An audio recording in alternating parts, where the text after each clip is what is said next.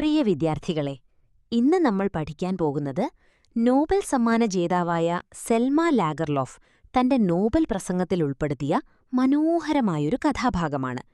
Debts of gratitude അഥവാ കൃതജ്ഞതാകടങ്ങൾ എന്നാണിതിന്റെ പേര്. നമ്മുടെ ജീവിതത്തിൽ വിജയിക്കുമ്പോൾ നമ്മൾ പലരോടും കടപ്പെട്ടിരിക്കും. അച്ഛൻ, അമ്മ, അധ്യാപകർ, പ്രകൃതി, അങ്ങനെ പലരോടും. ഈ കടങ്ങളെപ്പറ്റി സെൽമ തന്റെ മരിച്ചുപോയ അച്ഛനുമായി ഒരു സ്വപ്നത്തിൽ സംസാരിക്കുന്ന രീതിയിലാണ് ഇത് വിവരിക്കുന്നത്. നമുക്ക് ഈ ഭാഗത്തിന്റെ മലയാളം സമ്മറി ഒന്ന് പരിശോധിക്കാം. Page number 17. സ്റ്റോക്ക്ഹോമിലേക്ക് ട്രെയിനിൽ യാത്ര ചെയ്യുകയാണ് സെൽമ. സാഹിത്യത്തിനുള്ള നോബൽ സമ്മാനം വാങ്ങാനാണ് ആ യാത്ര. ആ വലിയ സന്തോഷത്തിനിടയിലും തന്റെ മരിച്ചുപോയ അച്ഛനെ ഓർത്ത് അവൾ ദുഃഖിക്കുന്നു. ഈ വലിയ നേട്ടം അച്ഛനെ അറിയിക്കാൻ കഴിയില്ലല്ലോ എന്നതായിരുന്നു അവളുടെ വിഷമം.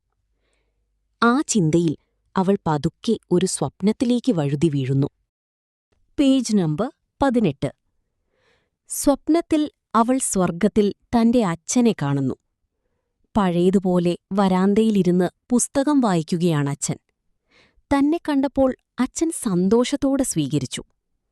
നോബൽ സമ്മാനത്തിന്റെ കാര്യം നേരിട്ടു പറയുന്നതിനു പകരം താൻ വലിയൊരു സാമ്പത്തിക കടത്തിലാണെന്നും അത് വീട്ടാൻ അച്ഛന്റെ ഉപദേശം വേണമെന്നും അവൾ അച്ഛനോട് പറയുന്നു. എന്നാൽ പണത്തിന്റെ കാര്യത്തിൽ സ്വർഗത്തിൽ നിന്ന് ഒരു സഹായവും കിട്ടില്ലെന്ന് അച്ഛൻ മറുപടി നൽകുന്നു. Page number 19. അതൊരു പണത്തിന്റെ കടമല്ലെന്ന് സെൽമ വിശദീകരിക്കുന്നു. അച്ഛൻ തനിക്ക് പറഞ്ഞു തന്ന കഥകൾക്കും കവിതകൾക്കും പ്രകൃതിയും മൃഗങ്ങളും പക്ഷികളും തനിക്ക് നൽകിയ അറിവുകൾക്കും പകരം എന്തു നൽകുമെന്നതാണ് അവളുടെ ചോദ്യം. തന്നെ സ്നേഹിച്ച വായനക്കാർക്കും തന്നെ വിശ്വസിച്ച സുഹൃത്തുക്കൾക്കും താൻ വലിയ ഒരു കടം വീട്ടാനുണ്ട്. ഇത്രയും വലിയ ഒരു കടം എങ്ങനെ വീട്ടുമെന്ന് അച്ഛനോട് അവൾ ചോദിക്കുന്നു. Page number 20. ഒടുവിൽ അക്കാദമി തനിക്ക് നൽകിയ നോബൽ സമ്മാനത്തെക്കുറിച്ച് അവൾ അച്ഛനോട് പറയുന്നു. ലോകത്തിനു മുഴുവൻ തന്റെ മേലുള്ള വിശ്വാസമാണ് ഈ പുരസ്കാരമെന്ന് കേട്ടപ്പോൾ അച്ഛന്റെ കണ്ണുകൾ സന്തോഷം കൊണ്ട് നിറഞ്ഞു. സ്വർഗത്തിലോ ഭൂമിയിലോ ആർക്കും പരിഹരിക്കാൻ കഴിയാത്ത ഈ കടങ്ങളെക്കുറിച്ച് ആലോചിച്ച് വിഷമിക്കേണ്ടെന്നും ഈ നേട്ടത്തിൽ സന്തോഷിക്കണമെന്നും അച്ഛൻ അവളോട് പറഞ്ഞു.